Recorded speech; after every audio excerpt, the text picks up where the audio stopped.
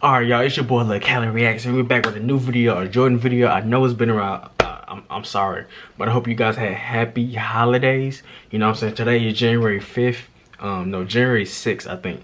And my birthday is in a couple days, January 10th. So, you know what I'm saying? Happy birthday to your boy. You know what I'm saying? Another year. You know what I'm saying? But let's just get into it. We got Michael Jordan playing point guard. He had 10 triple doubles in 11 games.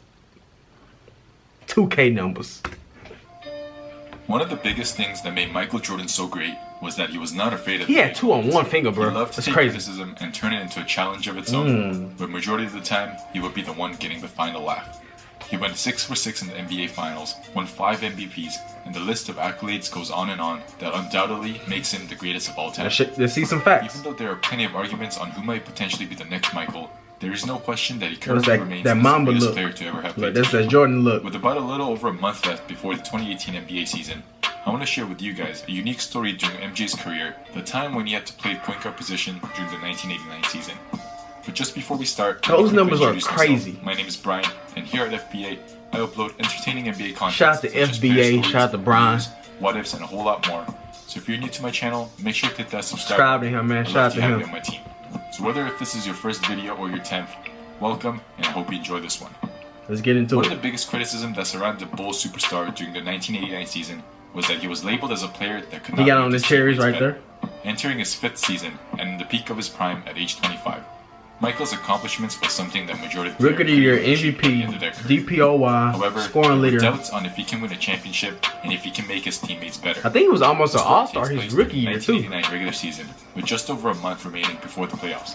Even though the Bulls were sitting at a record of 34-24, it's been a frustrating year for the organization as they regressed from their previous 50-win season. He couldn't get no help. The Bulls were facing off against the Celtics, who was missing their best player Larry Bird, and Jordan would also sit out this game, setting up an opportunity to see if the rest of his teammates can step up to the plate and perform. However, Dennis Rodman got drafted. The Bulls organization expected as a result in a blowout loss. The next day, Michael would have a meeting with his head coach, Doug Collins, as the superstar expressed his frustration towards the lack of help that he was getting on the offensive end. By the end of the meeting, it was decided that Coach Collins would move into the starting point guard position in replacement of the struggling Sam Vincent. The change would definitely get other players more involved in the offensive end and boost their confidence.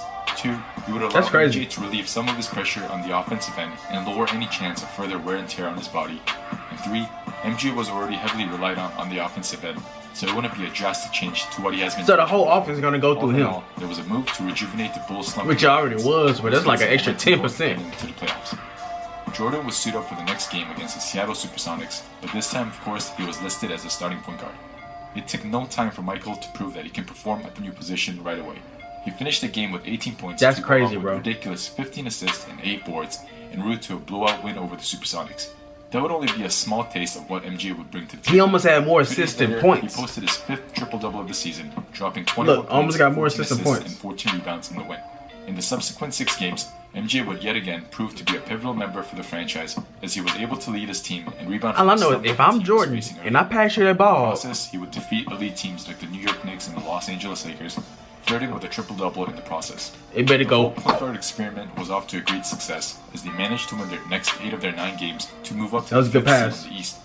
As expected, his teammates were regaining their confidence as they were relied more on the offensive end, and the Bulls even managed to put up more than 100 points per game during that span. Okay. However, on March 25th, in the second season matchup, that was probably playing faster too.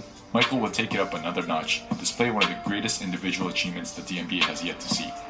He would wind up recording a triple-double in 10 of the next 11 games. That's crazy. During that span, he was averaging an incredible 34 points, 11 assists, to go along with 11 rebounds per game.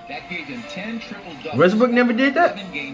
But despite the unbelievable stats, his success wouldn't translate to winning, as the team would go 5-6. But he even had 2 40-point games. Even though the Bulls struggled to finish strong and was placed 6th in the East, the end product of the experiment was exactly what Coach Doug enjoyed. That's exactly what Westbrook was going through. Was that the rest of the teammates carried their confidence over into the playoffs, and it definitely showed.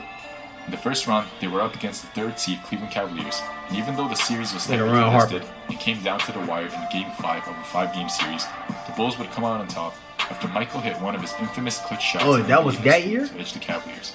In the second round, bro, Michael did a lot, bro. A tough opponent against the New York Knicks, However, their confidence was greater than ever, and it showed as they easily cruised through conference finals in 6 games. It was in the Eastern Conference Finals against their rivals, the Bad Boy Pistons, that the magical journey would come to an end. The Pistons were the first seed and were heavily favorites to win the series, as the Bulls were also defeated by them in the previous year. Even though the series was very competitive and physical, ain't gonna lie, Jordan kind of flopped right there. Their season in 6 games, and Michael's journey as a point guard would come to an end. Dang, bro. The following season, Michael would return to his original shooting guard position, but his stellar performance as a point guard yet again silenced the critics and proved that he is the most versatile player and can do more than just score the ball. Literally can do anything he wants, bro. Player, but it makes his legacy even more scarier, knowing that he can simply flip the switch and possibly have been the greatest point guard to ever have played the game. The story was something that I didn't even know before, so hopefully this was entertaining for you guys as it was for me. And if you did, it would mean so much if you could hit that like button. Make sure to hit that subscribe button for more NBA stories and contents like this in the future. That's going to do it for this one. Thank you guys for tuning in to another episode, and I'll see you guys in the next one. Shout out to FBA, man.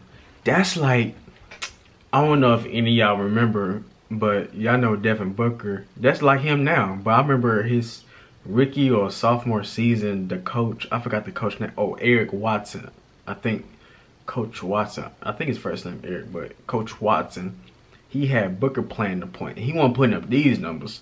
But it's just to show like that shooting guard that can, like that combo shooting guard that's really like score at the 2, but can play the 1. Booker's really doing that now. Bill and Booker's doing that now, where they both combo 2 guards, but they can play the 1 basically. You know what I'm saying? Like, you know, y'all know. But hey, 10 triple doubles in 11 games, averaging 30. I gotta look that up. Did Westbrook do that? I gotta look that up if he did that. I'm sure Jokic did that?